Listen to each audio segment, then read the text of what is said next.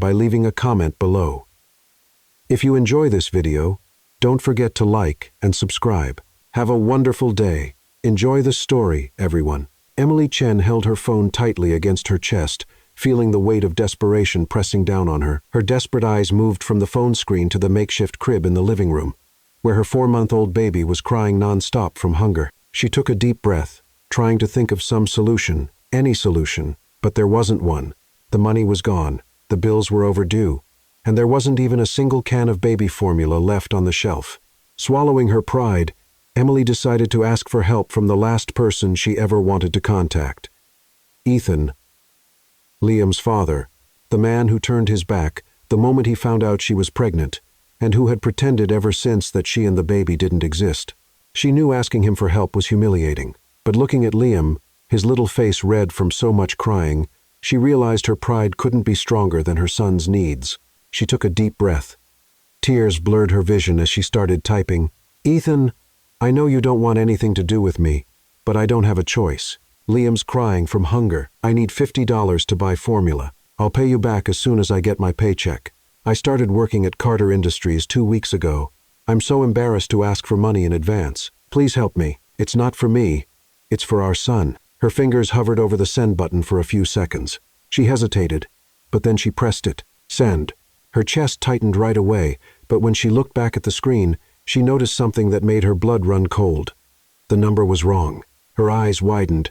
Panic rose like a wave. No, this can't be happening," she whispered, clutching the phone to her chest. She looked quickly, and yes, the message hadn't gone to Ethan. It went to an unknown number. She tried to delete it, tried to do something, but it was too late. The 2 blue check marks were there. The person had already read it. Her heart raced, her hands shook even more. A million thoughts ran through her mind. Oh my God, will they answer? What if they insult me? She closed her eyes tight, took a deep breath, trying to stay calm, with no idea that that number didn't belong to just any stranger. It belonged to James Carter, the CEO of Carter Industries, the same company where Emily had just started working as a janitor only 2 weeks ago. And at that moment, her life was about to change forever. Minutes later, Emily's phone vibrated in her hands, making her heart jump. She took a deep breath before looking at the screen. The message said, "I don't think this message was meant for me." Her face turned hot. Her cheeks flushed instantly. A mix of shame and desperation took over. "I'm so sorry. Please ignore this. It was a mistake. I sent it to the wrong person. I'm really sorry," she typed quickly, hoping this would all just go away. She hit send, praying that would be the end of it, but before she could even breathe, a new notification appeared on the screen. "Do you really need formula for your baby?" Emily hesitated, looking at Liam in the crib, still crying softly, his tiny hands moving in the air, searching for comfort that she just couldn't give right now. She took a deep breath and answered, almost begging for the conversation to end. "Please don't worry. It was a mistake. I'll figure it out. I'm sorry for bothering you." The silence lasted just a few seconds until another message came in, more direct, more firm, and completely unexpected. "Give me your address. I'll bring the formula myself." She blinked, read it again, thinking she must have misunderstood. Her hand started to sweat. Her mind was spinning. This can't be happening. Really, it's not necessary. Honestly, I'll figure something out. It was just a mistake. "I'm really sorry," she replied, her face burning red, but his answer came back even firmer. "Send me your address now." Emily froze for a few seconds. Her pride screamed at her not to accept, but Liam's cries were breaking her heart.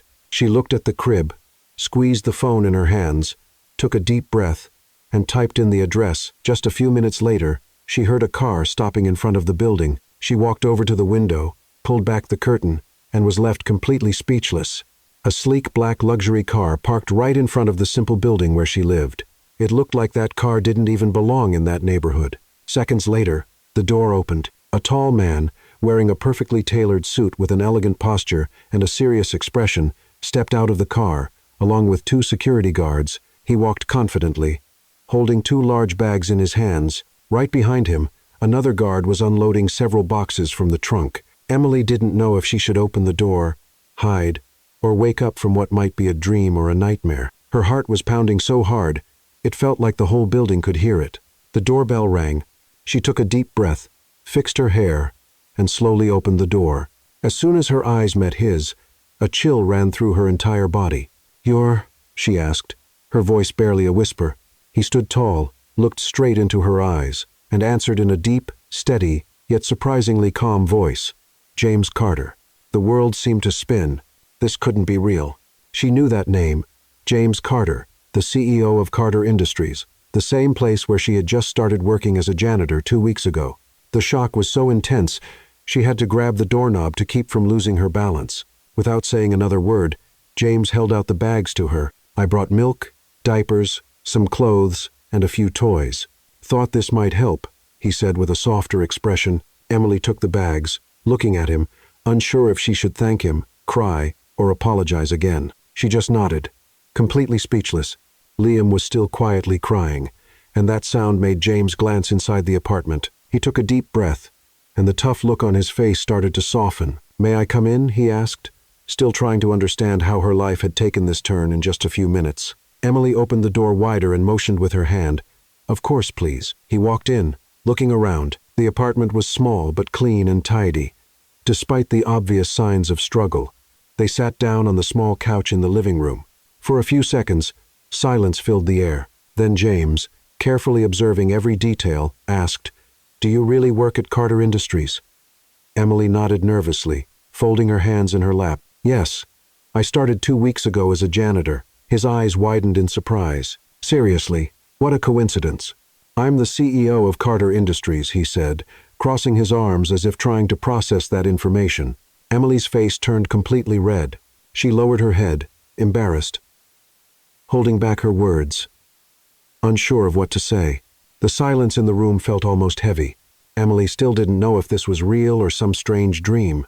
How, in just a few minutes, did she go from sending a message by mistake to now sitting in her own living room, face to face with James Carter, the CEO of the company where she cleaned offices? James quietly observed everything. His eyes scanned every detail of the small apartment, but most of all, he was watching Liam, who was now finally calm, drinking from his bottle with such focus that he seemed unaware of anything else going on. For a few moments, James stayed silent, as if deep in thought. Then he took a deep breath, uncrossed his arms, and sat up straighter on the couch. "Emily," he began, his voice softer but still firm. "May I be direct?" She just nodded. "I don't like seeing one of my employees, or better yet, a mother, going through something like this. This isn't right," he said, looking straight into her eyes, "and I want to make you an offer." Emily's eyes widened in surprise. "An offer?" she repeated, barely able to speak. James took another deep breath, and then, without hesitation, said, "I want you to stop working as a janitor. I want you to come work directly with me as my personal assistant." She froze for a few seconds. His words didn't seem to make any sense. "I'm sorry, what?" she asked, frowning, thinking she must have misunderstood. "You heard me right," he confirmed.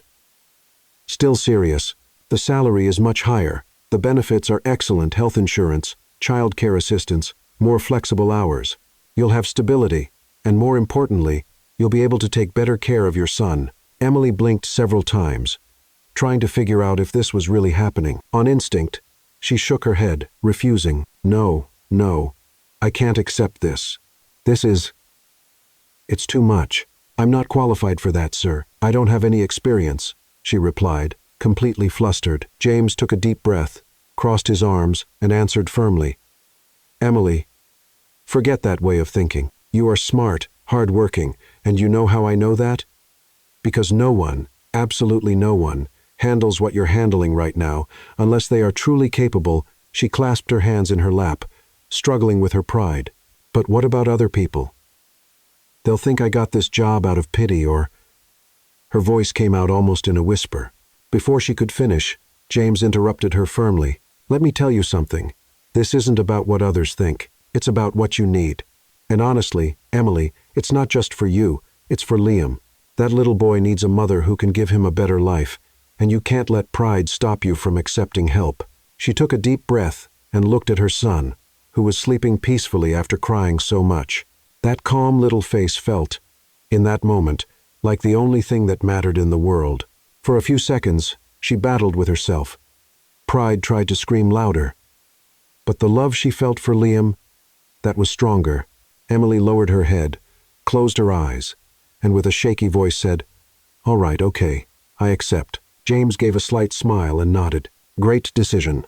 Starting tomorrow, you're no longer part of the cleaning crew. You'll be working directly in my office. Don't worry, we'll train you, guide you. You'll do just fine. I'm sure of it." She took another deep breath, feeling a mix of relief, gratitude, and at the same time, a deep fear of the unknown. "Thank you, really. I don't even know what to say," she murmured, still in disbelief. James stood up, straightened his jacket, and looked over at Liam again. For a few moments, he just watched the baby, wearing an expression Emily couldn't quite read, something between tenderness, nostalgia, and sadness. "Well," he said, turning back to her, "get some rest tonight. Tomorrow at 9 o'clock a.m. I'll be expecting you at the Carter Industries main building, room 28, top floor. And please," he added, giving her a slight smile, "don't be late." Emily let out a nervous laugh and nodded. "He won't." He turned, walked to the door, and just before leaving, looked at her one last time. "You've got more potential than you think, Emily. You just need to believe in yourself." And with that, he opened the door and disappeared into the night. As soon as the door closed, Emily dropped onto the couch, put her hands on her face, and took a deep breath. She looked at Liam, still sleeping peacefully, and for the first time in months, she felt something she hadn't felt in a long time: hope. The alarm went off at 6:00 the morning, but Emily had already been awake long before that. In fact, she barely slept at all. The anxiety, mixed with fear of the unknown, made her heart beat so fast it felt like it might burst out of her chest. She got up slowly, trying not to wake Liam, who was still sleeping soundly, his little face calm. As she prepared his bottle, her mind raced. She thought about everything that could go wrong, all the things she didn't know how to do, the fear of letting James down, or worse, losing the opportunity that could change her and her son's life. Looking at Liam, she took a deep breath and, in the middle of all those emotions, managed to smile. She whispered softly, like a quiet promise, "Mommy's going to do this for you, my love. Everything for you." She took a shower, tied her hair back, and picked out the best clothes she had: a plain white blouse, black dress pants, and a pair of flats. She looked in the mirror, fixed her hair, and tried to convince herself that she was ready. It wasn't about appearance, she thought, uncovered thought. It was about courage. At 8:30, she dropped Liam off with Mrs. Helen, the kind neighbor who had offered to watch him. He was fine, calm, and that gave her a little more peace of mind. Soon, she was walking toward the subway station. Each step felt heavier than the last, not because she was tired, but because her mind was full of doubts, insecurities, and that quiet fear of not fitting in. When she got off at the stop near the Carter Industries headquarters, she took a deep breath and looked up at the skyscraper that seemed to touch the sky. The building was so big, so elegant, so imposing that she felt even smaller standing in front of it. She walked through the glass doors, trying to look confident, even though she was shaking inside. The receptionist looked up and smiled, a polite, professional smile that quickly turned curious when she heard her name. "Good morning. I'm Emily Chen. I have an appointment with Mr. James Carter."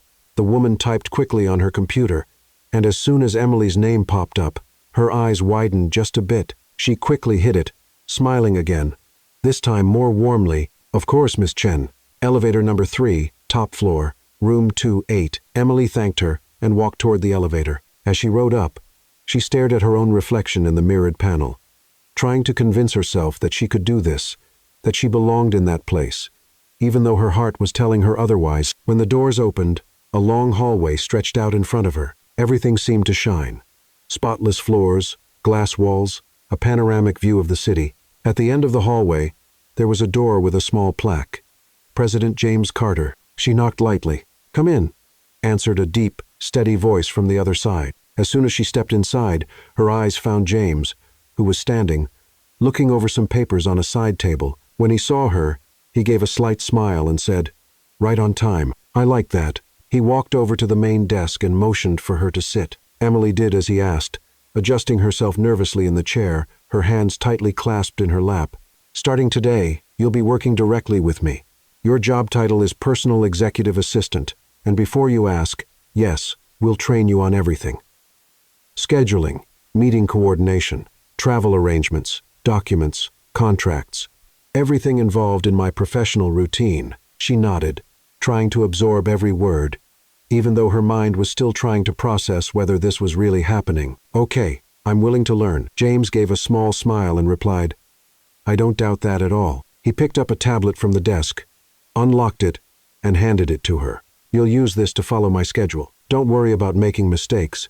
Everyone makes them at first, and I have patience to teach. She smiled faintly, feeling a bit of relief, like a weight had just lifted from her shoulders. Thank you, really. I promise I'll do my best. The first day felt like an emotional roller coaster.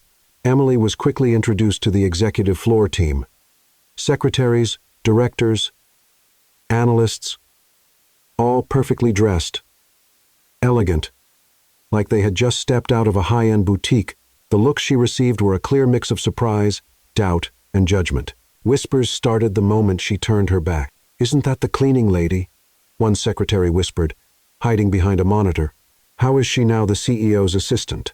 Another replied, frowning, almost in disbelief. Something's not right here, added a third, crossing their arms, pretending not to hear. Emily kept her gaze steady, her chin up, taking deep breaths, trying to stay calm. Every time she sat at her desk, every time she looked at a new screen, at a system she didn't know, her heart tightened. Everything was new. Every command, every button, every corporate term seemed more complicated than the last. But one thing became clear to everyone on that very first day. Emily was fast. Extremely fast. She wrote everything down, asked about things she didn't understand, observed every detail. When something wasn't clear, she stayed late, alone, trying to learn. And little by little, she started mastering tasks she never thought she'd be able to handle. James, who at first had been watching her closely, soon started to relax. Little by little, he realized his decision had been more than right. You have an impressive ability, Emily, he said at one point, looking at her with an approving smile. Honestly, it's admirable. She lowered her eyes, embarrassed, but smiled, feeling a bit of pride for the first time since all this had started. Thank you. I just want to make this work. But despite the compliments, she couldn't ignore the side glances. During lunch at the executive cafeteria, Emily noticed the discreet giggles, the whispered comments. She doesn't have the right profile to be here, said an HR manager, looking at her from the corner of her eye. Nobody goes from cleaning to the president's office like that, another replied, shaking her head, suspicious. She held her tray, sat at a table off to the side, took a deep breath, and mentally repeated to herself, like a prayer, "This is for Liam. For him, stay strong.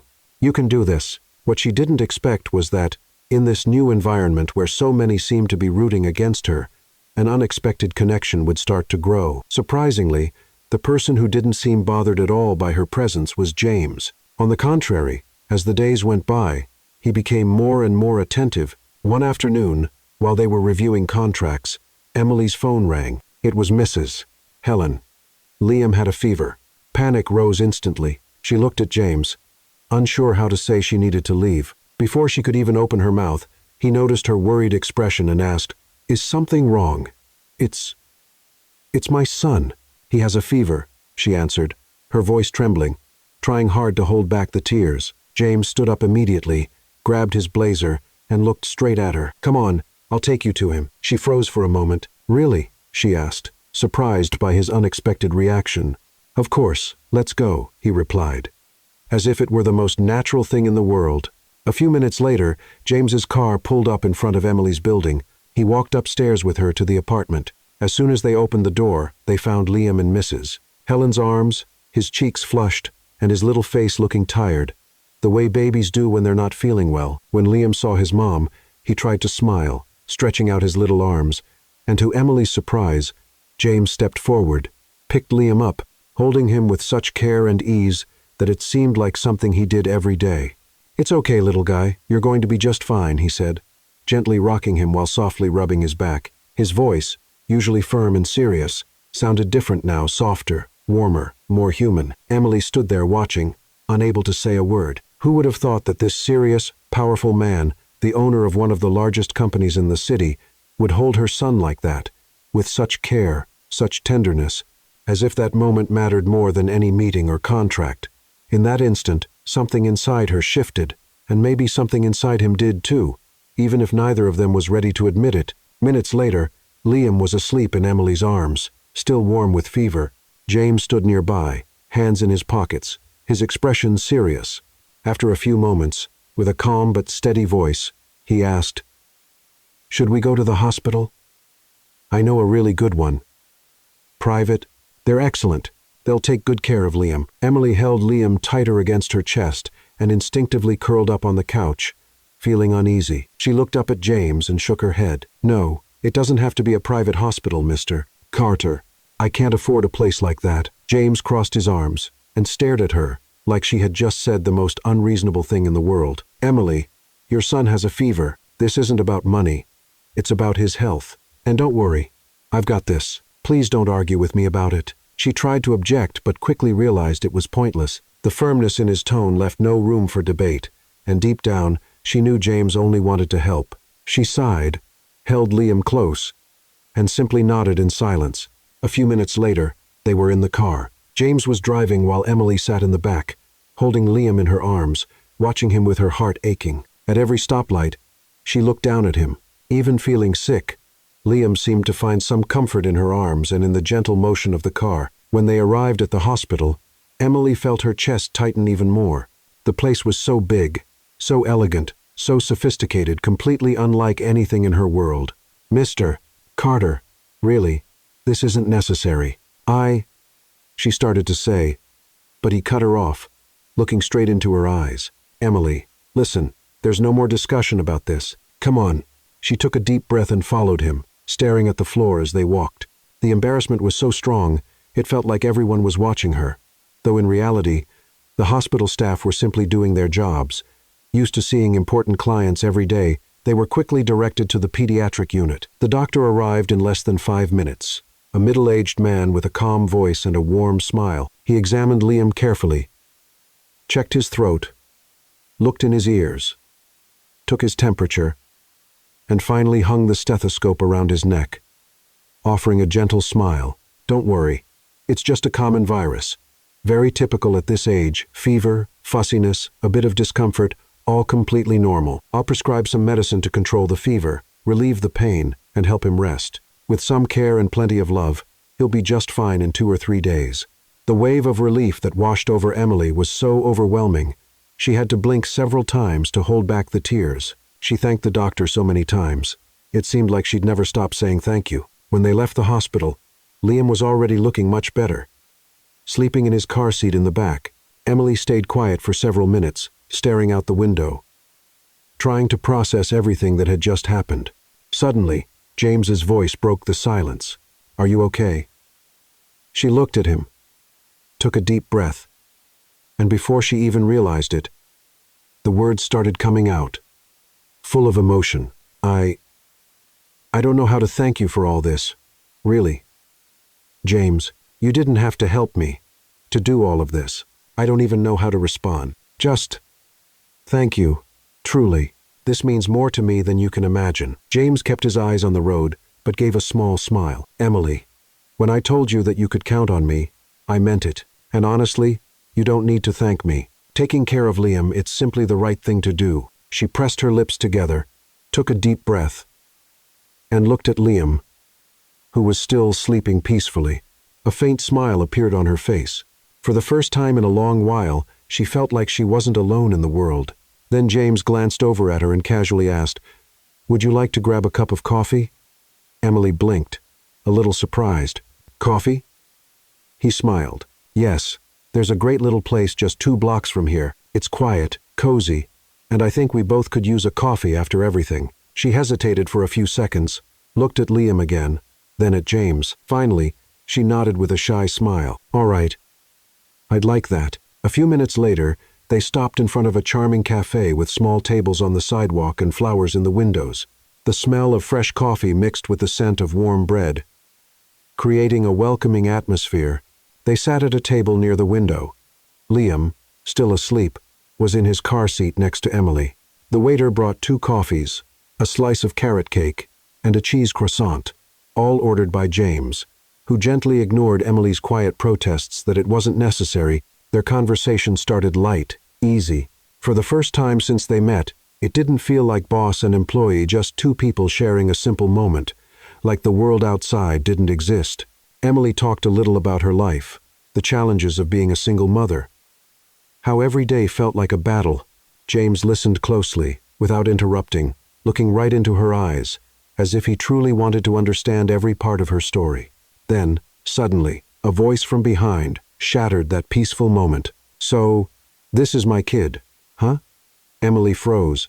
Her body went completely still for a few seconds before she slowly turned around, heart pounding so fast it felt like it might burst. There he was. Ethan, standing there with his arms crossed, a crooked smile on his face, and a look in his eyes that mixed contempt, sarcasm, and bitterness. He looked straight at Liam, then at Emily, and finally gave James a quick up and down look, as if trying to figure out who this man was beside her. "Looks like you're hanging out with rich folks now. Who would have thought?" "Huh, Emily." She pressed her lips together, held Liam tighter, and answered, keeping her voice as steady as she could. "Ethan, please don't do this here." But he ignored her completely. He stepped closer to the table, leaning in a bit, that unpleasant grin still on his face. "I just came to meet my son. After all, he is my son, right?" The tension in the air was almost unbearable. Emily's hands were shaking, and her chest felt tight with stress. "Can we talk outside?" Ethan said, in a tone that sounded more like a demand than a request. "We need to settle a few things." She looked at James, silently asking for support. But deep down, she knew that if she didn't go, Ethan would cause a scene. And that would be worse. "All right," she replied, trying to stay calm. She stood up carefully, picked Liam up, and walked outside with Ethan following right behind. Once they were far enough from the cafe, he stopped, crossed his arms, and looked straight at her. "Looks like your life's gotten a lot better. Hanging out with millionaires now, huh? Nice upgrade." Emily took a deep breath. "What do you want, Ethan?" He shrugged, smiling. "Oh, nothing big. I just thought maybe I should go to court, file for custody of Liam. I mean, I am his father, right?" She felt a chill run down her spine. You never cared about him, Ethan. You never checked in, never helped, never did anything." "Well, I care now," he replied, looking at his nails like he was bored. "And you know, all this could go away real easy, Emily. All you have to do is help me out. Give me a little financial help, and I'll forget all about custody, court, visits. Simple." Emily's blood ran cold. "You're blackmailing me? Blackmail?" "No. Come on." He smiled, as if it were the most normal thing in the world. "Just business. You help me out, I help you out. Everybody's happy." She held Liam tightly against her chest, feeling her hands shake. Fear was taking over, but at the same time, a new feeling was starting to grow inside her. Anger, a sense of injustice that got stronger with every second. And while she fought against these feelings, she didn't notice that someone was approaching. James, who had been watching everything from inside the cafe, quietly stood up, adjusted his jacket, and without Ethan noticing, started walking toward them. Ready to step in, James approached silently, and the moment Emily noticed he was there, she felt a wave of relief. That suffocating feeling of being cornered by Ethan eased a little, but not completely. James stopped next to her, gave Ethan a cold, suspicious look, and, without saying a single word to him, turned to Emily. "Is everything okay?" he asked, his voice calm but firm, with a tone that felt strong enough to break through any barrier. Emily, still holding Liam tightly, forced a smile, trying to seem natural, even though she was falling apart inside. She avoided looking directly at James, maybe afraid he'd see just how shaken she really was. "Yes, everything's fine. Can we go?" she answered quickly, not really thinking, just wanting that moment to be over. James kept his eyes on her for a few seconds, as if reading every tiny expression on her face, as if he could sense, even without words, that something was very wrong. But realizing she wasn't ready to talk, he simply nodded. "Of course, let's go." He made a simple gesture, inviting her to follow him. And without even glancing at Ethan again, Emily held Liam tighter and walked back toward the car. As she walked away, She could feel Ethan's eyes burning into her back. Once they were in the car, James didn't say a word. He just started the engine and drove. The silence filled the space between them, but it wasn't a peaceful silence. It was heavy, full of things left unsaid, unasked questions, and at the same time, an invisible wall that made it impossible to say anything right then. Emily tried to calm herself, taking deep breaths, staring out the window, as if watching the streets, the buildings, and the people could distract her from the storm going on inside her. In the back seat, Liam was sleeping peacefully, unaware of the tension in the air. James glanced at her from time to time. He could clearly see how nervous she was. Her fingers clutched the fabric of her clothes. Her foot tapped anxiously, and the way she bit her lower lip gave away just how tense she really was. For a few moments, he thought about asking her, seriously thought about it, but something about the way she answered back at the cafe, her scared look, and how quickly she asked to leave, made it clear this wasn't the right time. Pushing her to talk would only make her shut down even more. When they arrived in front of Emily's building, he stopped the car and looked at her. "Do you want me to help you carry Liam upstairs?" he asked, keeping his tone soft. She shook her head, holding Liam tightly. "No, it's okay. I've got it. Thank you for today. For everything." James took a deep breath, kept his hands on the steering wheel, and just nodded. "All right.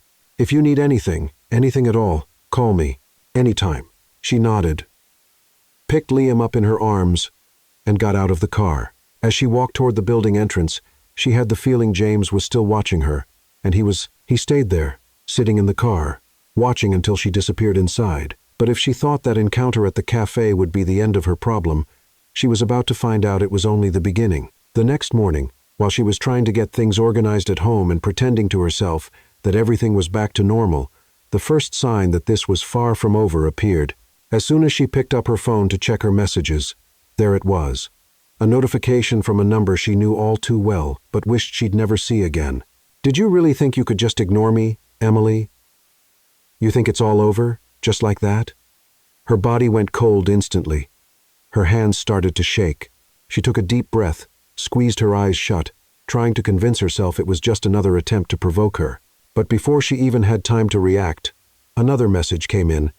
"If you don't want to talk, fine. We'll handle this another way. And trust me, you won't like it." Her heart started racing. Her hands were sweaty. She looked over at Liam, who was playing innocently on the rug, with no idea of what was happening, and she felt a knot tighten in her chest. Fear took over every part of her body. She tried to ignore it, took a deep breath, put her phone away, trying to convince herself that Ethan just wanted to scare her. But as the days went by, she realized it wasn't just that. Ethan was serious about his threats. She started noticing strange things. An unfamiliar car parked at the corner near her building, always at the same time. A man she recognized from a distance. One of Ethan's friends. Someone she knew wasn't trustworthy. Walking down the street, staring straight up at her apartment window, the messages kept coming. "I told you, if you won't do things my way, we'll settle this in court. And you know I can make your life a living hell, Emily. So, you're hanging around with rich folks now, huh? Well then, give me some money, and I'll disappear." Every message felt like a stab in the chest, and with the fear came anger.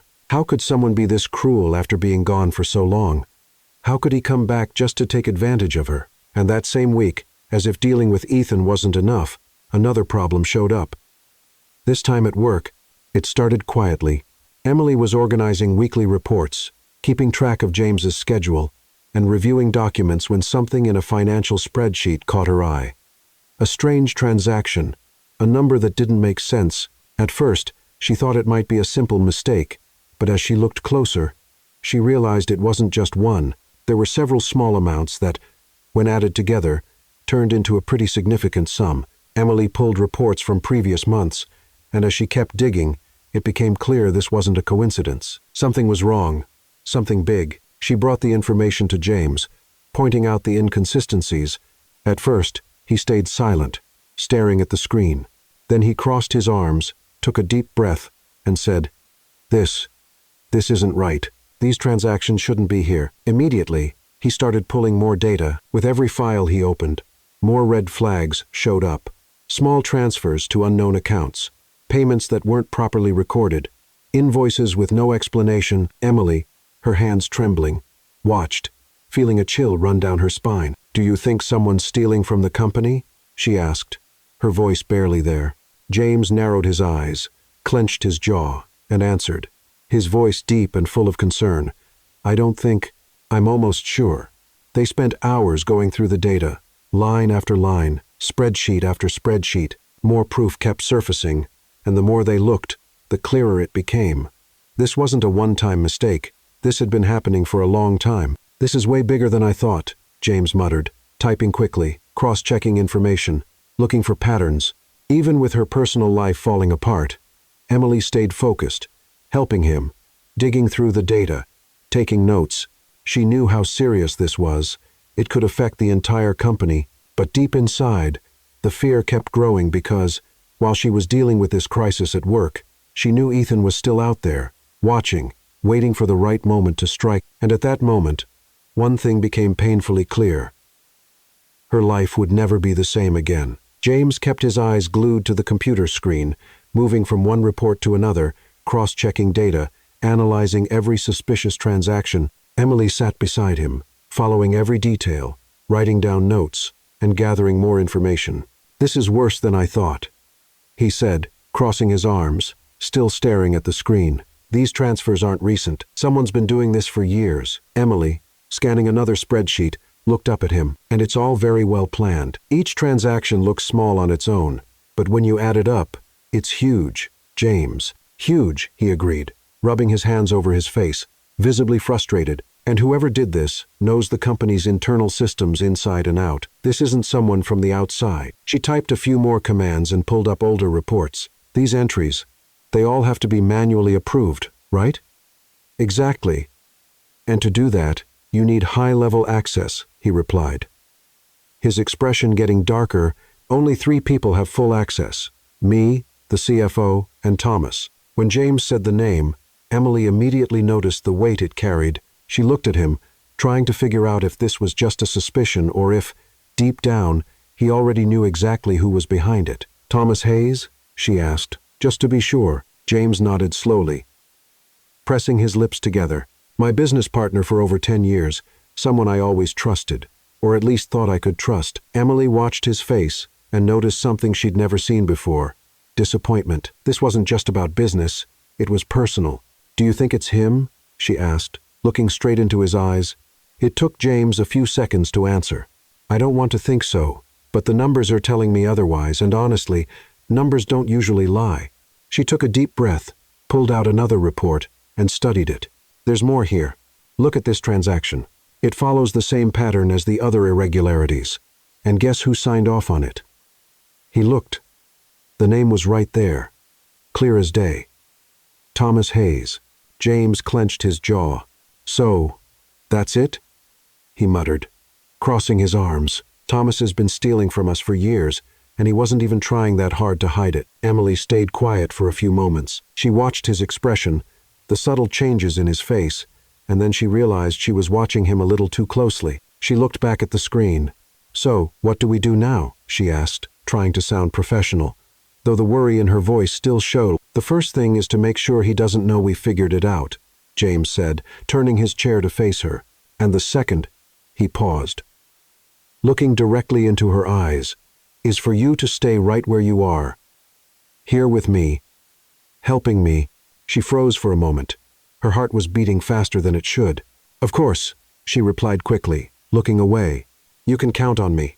For a moment, the room went silent, but it wasn't an awkward silence. There was something in the air, a different kind of tension, hard to explain, something beyond what they were talking about. "Are you okay?" he asked suddenly, his voice softer. She was caught off guard by the question. "Me?" She blinked. "Yes. Why wouldn't I be?" "Because I know you're dealing with more than you should," he said, looking into her eyes in a way that made her heart skip a beat. "I saw it at the cafe. That man, he's Liam's father, isn't he?" Emily looked away at once, wringing her hands in her lap. "I didn't want you to know. I didn't want to drag you into my problems." "Emily," he leaned in slightly, his tone calm but firm, "you're already part of my life, whether you like it or not. And if someone's threatening you, following you, that's my business too." She took a deep breath, pressing her lips together, fighting the urge to fall apart right there. But she couldn't. She couldn't let herself seem weak. I'm trying to handle it, James, really. You don't have to handle it alone, he said, folding his arms and locking eyes with her, making sure she heard every word.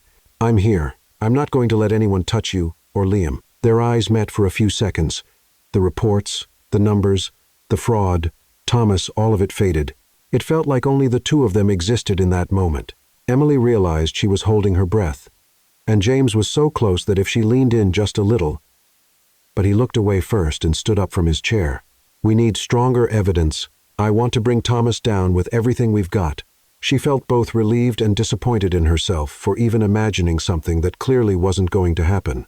I can dig through older transactions, cross-check the supplier contracts. Maybe we'll find a pattern. Perfect, he said, already back at the computer. If anyone can do that, it's you. The hours passed, and the two of them became completely absorbed in their work.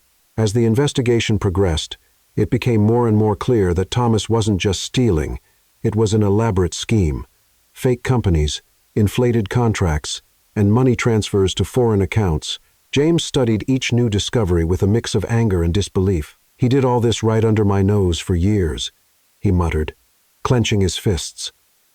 And I didn't see it. This isn't your fault, Emily said, looking right at him. The only one who should be ashamed is the one who did it. He looked at her, held her gaze longer than he should have, and smiled a small smile, but one filled with meaning. You have no idea how much you've meant to me through all of this. She opened her mouth to respond, but the words wouldn't come. She just smiled awkwardly, her heart racing again. When they finally looked at the clock, they realized the whole day had gone by. It was already night. I think we need to eat something, James said, getting up. I don't know about you, but I'm starving. She laughed. I don't think I even had lunch today. He smiled. Come on, let me take you to dinner. Dinner? She asked, a bit surprised. Like, right now. Right now. You deserve it.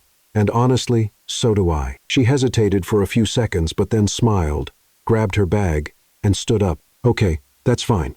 They left together, talking, laughing, as if for a few hours they could forget about Thomas, the problems, the threats, and everything else that was going on.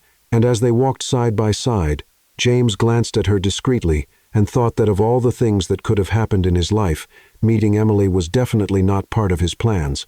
But somehow, it was becoming the part he least wanted to give up. The feeling that something was about to explode became impossible to ignore.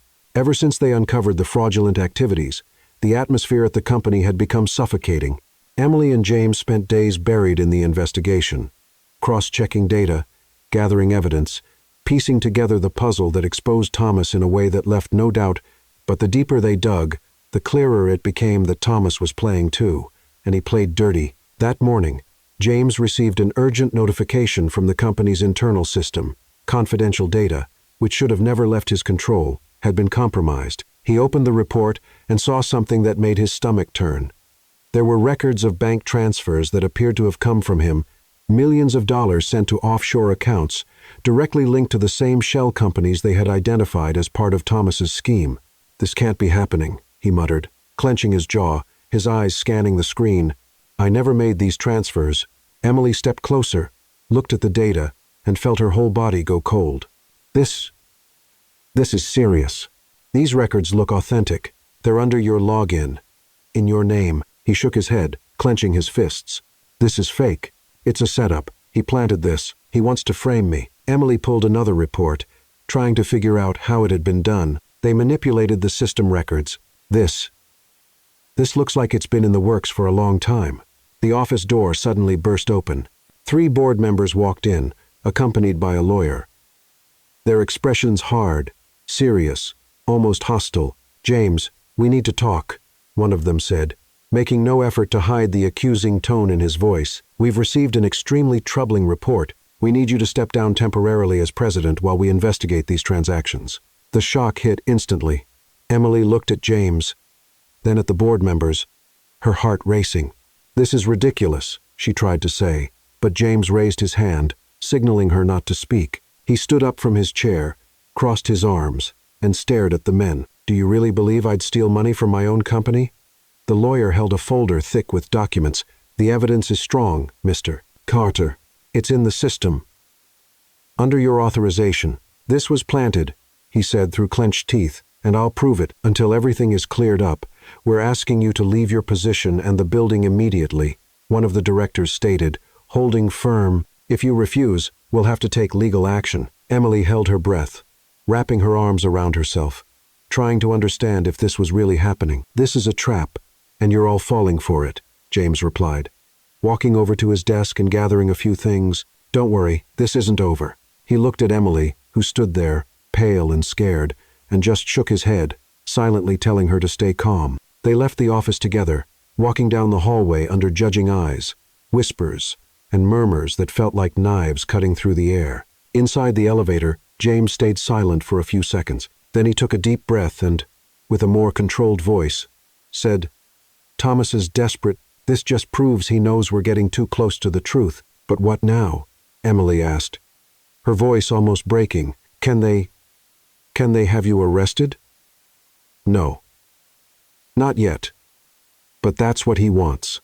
He wants me out, discredited, destroyed." When they got to the parking garage, he grabbed her arm gently, looked her in the eyes, and said, "This doesn't change anything. We keep going, and now we fight even harder." While they were still trying to process everything that had just happened, Emily got a message that made her blood run cold. It was from Ethan. "Either you fix this fast, or I'll take you to court. And not just that. I've got powerful friends now, and trust me, they know exactly how to make you lose everything."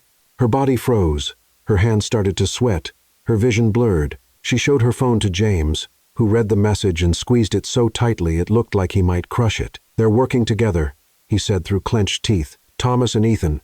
It all makes sense now." Emily held Liam in her arms, who was sleeping peacefully, completely unaware of what was happening. Her whole world felt like it was about to collapse. He's going to try to take Liam away from me," she whispered. "No, he won't." James's voice was so steady, so firm, that for a moment she almost believed him. "I promise you, they won't." She looked at him, searching for strength where she had none left. "But what if they do, James? What if I lose you, lose my job, lose my son?" James gently cupped her chin, making her look straight into his eyes. "Look at me. You are not losing anything. Do you hear me? I won't let that happen. I won't let them take anything from you, Emily, not you, not Liam, not your life." For a few long seconds, their eyes stayed locked, and in that moment, nothing else seemed to matter. She felt this overwhelming urge to just throw herself into his arms, as if that simple gesture could shield her from all the chaos around them, but she couldn't. Not yet. "So, what do we do now?" she asked, trying to keep her voice steady. "Now, we fight back." Back at her apartment, papers, files, and folders were spread out everywhere. James paced back and forth while Emily worked to organize the information. "We need to prove these records are fake," she said, looking up at him, "and fast." "I agree, and more than that, we need to expose Thomas before he has a chance to do anything else." "And what about Ethan?" she asked, gripping her phone tightly, staring at the latest string of threatening messages. "He's using this to pressure me." James stopped pacing, walked over to her, and held her hands. "Emily, look at me. He's not going to take your son away from you. You know why? Because now you're not alone."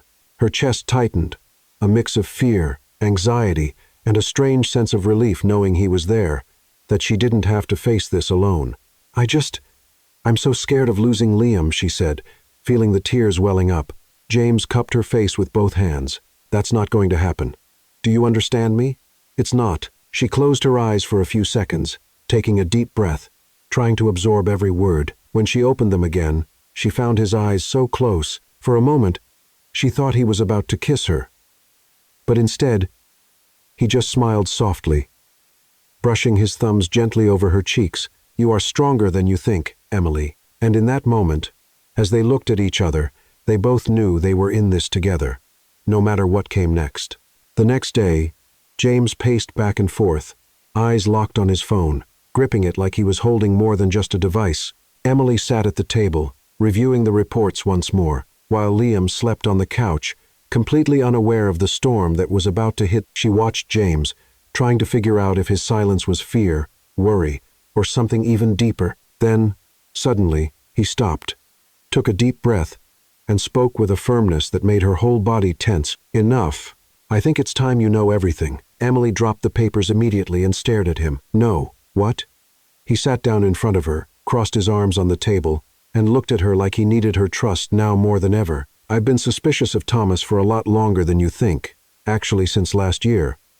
But I could never prove it. Her eyes widened. You already knew? I suspected, but there was no proof. It all started to make sense when a few overpriced contracts showed up. Small transactions that, on paper, looked normal, and there was no way to report anything without solid evidence, because he always knew how to cover his tracks. Emily leaned in, gripping his arm. So, when we started looking into this, you already, he nodded slowly. Yes, and not just that. I'm not doing this alone, Emily. I've been secretly working with the FBI. The shock hit her so hard, it took a few seconds to process what she had just heard. The FBI? That's right. They've been monitoring Thomas for months, but they needed someone on the inside, someone like me, to provide detailed information they couldn't get otherwise.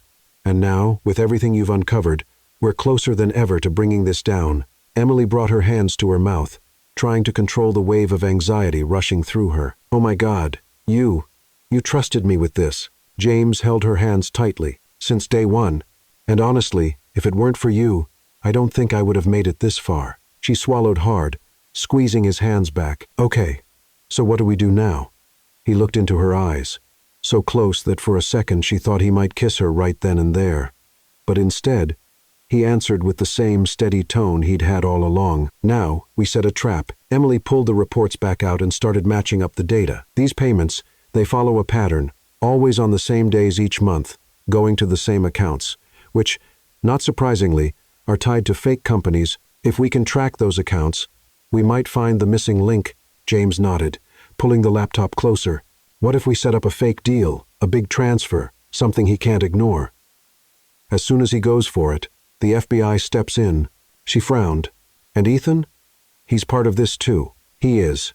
And that's where it all connects. Thomas promised to help Ethan get custody of Liam. In return, Ethan's been trying to shake you up, put pressure on me, threaten you. This isn't just about money. They're trying to take us down. Emily clenched her jaw and crossed her arms. They're not going to win. I swear they won't. James gently took her chin and made her look at him. That's it. Exactly. They have no idea who they're messing with. She smiled. But it was a shaky smile because, deep down, the fear was still there. Tight in her chest. Hard to breathe. But there was also something else. A feeling she'd never had before. A sense of safety that didn't come from money or power, but from knowing she wasn't alone anymore. The hours passed, and they both got completely wrapped up in the plan. The FBI was called in. James made the call he'd been putting off for weeks. When the agent answered on the other end, his expression changed completely. It's time. We're ready. We have everything. The evidence, the records, the transaction patterns, and, most importantly, the target. The agent confirmed the operation would be set up within 24 hours. They would have a surveillance room, agents inside the company building, undercover, ready to act as soon as Thomas took the bait. Emily helped put together the fake documents. The staged transfer was huge, too big for any thief like Thomas to resist. She organized everything with such precision that even James was impressed. You know, he said, watching her type, I think you were made for this. She gave a small, modest smile. I think I was made to survive, James. And somewhere along the way, I ended up learning more than I ever thought I would. His expression softened. For a few seconds, he forgot about the numbers, the contracts, the fraud. He just looked at her. You're so much more than you realize, Emily. She looked away, feeling her face warm. You too. Their connection grew stronger with each passing second. In the middle of all the chaos, they were building something they didn't fully understand. But it made perfect sense all the same. Once the plan was set, James held her hands. From here on out, there's no turning back. She gripped his fingers tightly. I'm with you all the way. The FBI agent confirmed everything was in place. The trap would be set the next day during a meeting James had requested with Thomas, supposedly to discuss an international contract. A fake merger with a multi-million-dollar transfer. Emily handled every detail of the fake contract. Her knowledge of finance, something she had picked up almost by accident since starting as a secretary, was now critical to pulling this off. That night, while they reviewed every line of the contract together, James looked at her, held her hand, and spoke in a quieter voice, almost a whisper. "I don't know where I'd be if you hadn't come into my life." She looked back at him, and for a few moments, words failed her. All she could feel was his gaze, his presence, that connection between them that just kept growing. "Me neither, James." He gently ran his fingers across her hand, as if for a moment he'd forgotten the world, the problems, everything. But before anything else could happen, the laptop alarm went off, reminding them there was still work to do. The next morning, everything was ready.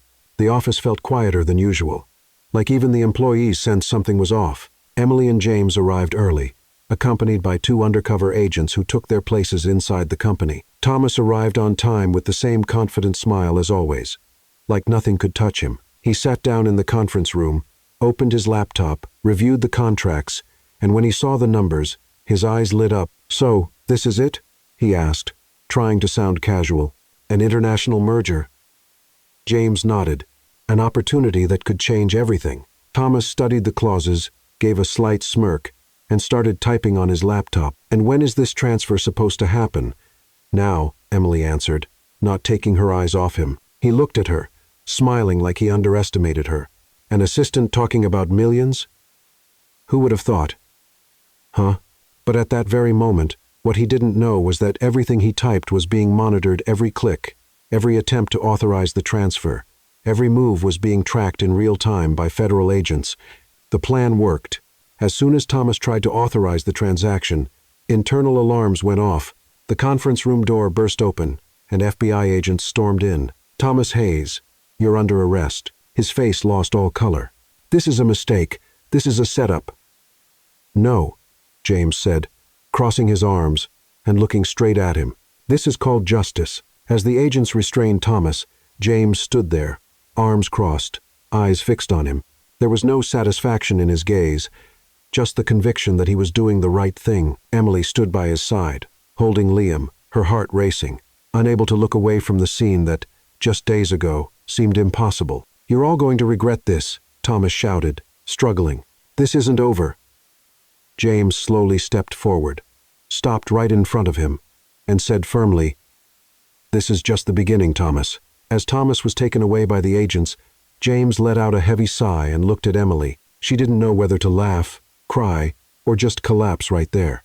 It all felt so surreal. "We did it," she whispered, with a smile that was part relief, part disbelief. James didn't answer right away. He just reached for her hand, squeezing her fingers so tightly she could feel how hard this had been on him too. "This was only possible because you were by my side." They looked at each other for a few seconds, and in that moment, it felt like everything else faded away. The tension of the last few days, the fear, the threats, all of it seemed to melt in that single look. James leaned in, cupped her face with both hands, and without thinking twice, kissed her. It was intense, full of everything they'd both been holding back for so long. It wasn't just a kiss.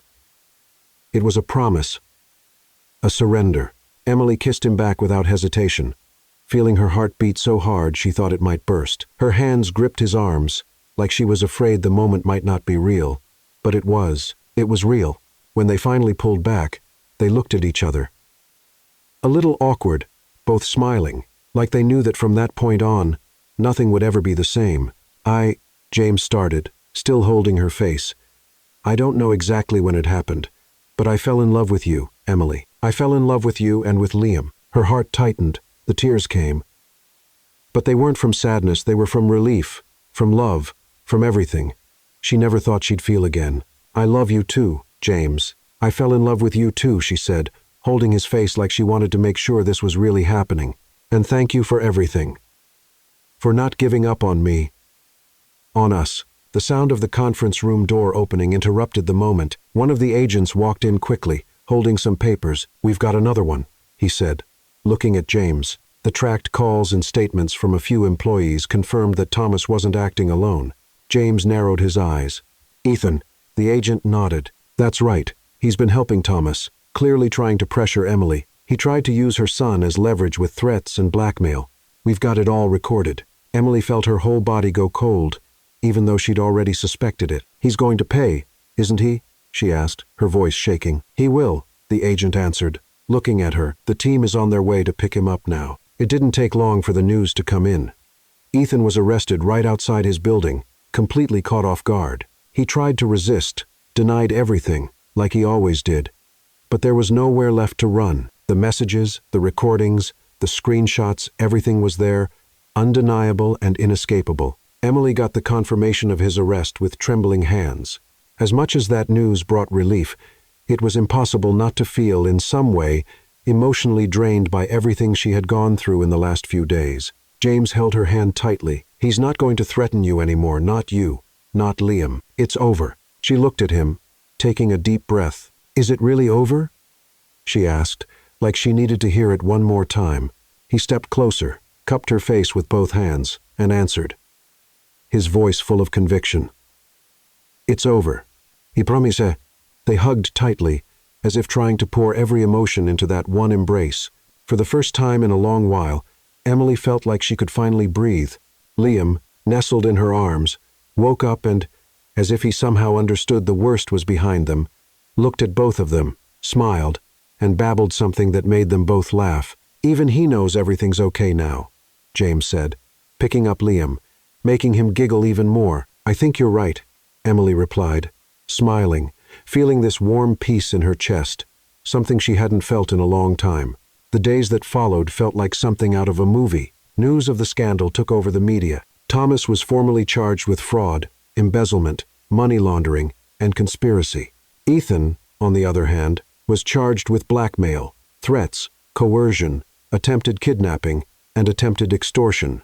The company, now free from Thomas, began a process of rebuilding. James was officially reinstated as CEO, not just because the evidence cleared his name, but because the shareholders knew the company wouldn't have survived without him. Emily watched everything unfold closely, not as just an assistant anymore, but as someone who had become essential to it all.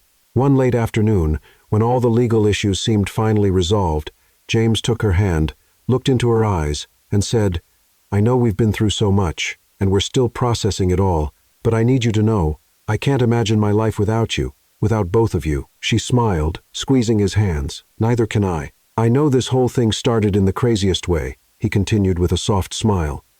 "But if I get to choose, I want it to keep going our way."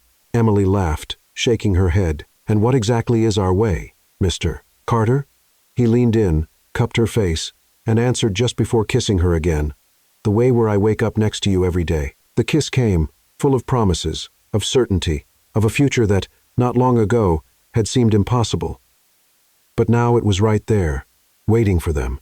The days that followed were a mix of relief, rebuilding, and more than anything, hope. With Thomas and Ethan both behind bars, everything finally seemed to fall into place. For the first time, there were no more threats, no more doubts, no more shadows from the past hanging over them.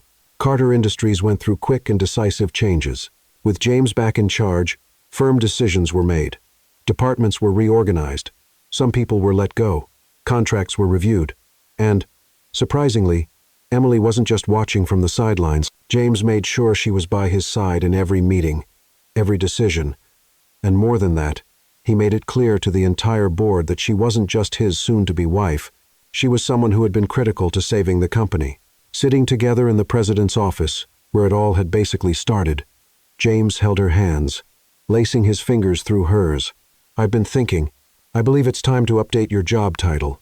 She laughed, a bit suspicious. "Update it?" "Director of Internal Audit," he said seriously, looking her straight in the eyes.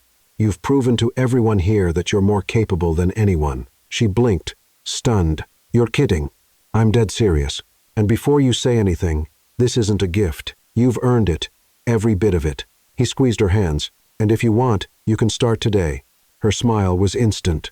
"I accept."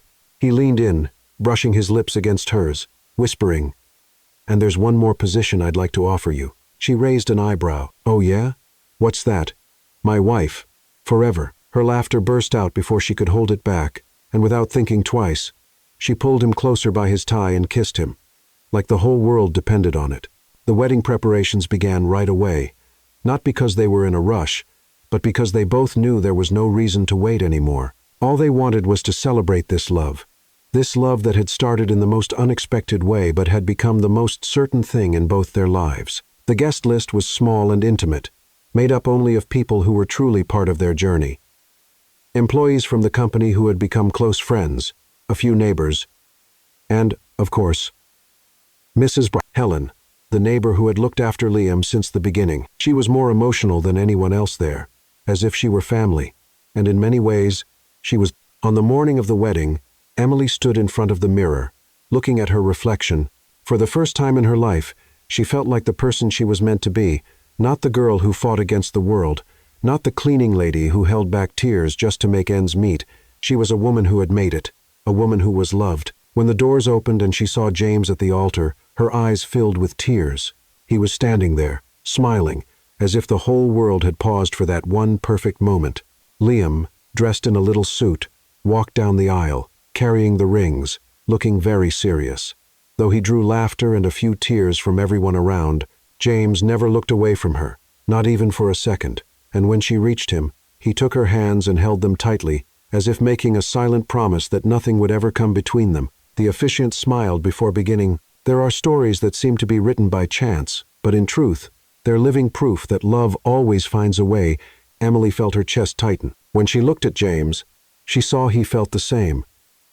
He was holding back tears, too, but smiling, like he knew, deep in his heart, that this was the best day of their lives. When it came time for the vows, James gently held her face, ignoring everyone else, and spoke softly, just to her. I promise, in front of everyone, but most of all in front of you, to love you, protect you, and make you happy for the rest of my life. Emily took a deep breath and held his hands. I promise to love you on all the easy days, but especially on the hard ones. I promise to be your peace, your strength, your home, and I promise that, as long as I live, you'll never be alone again.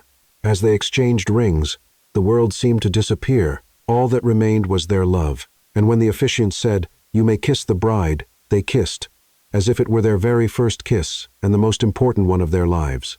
The reception reflected who they were, full of joy, love, and lightness.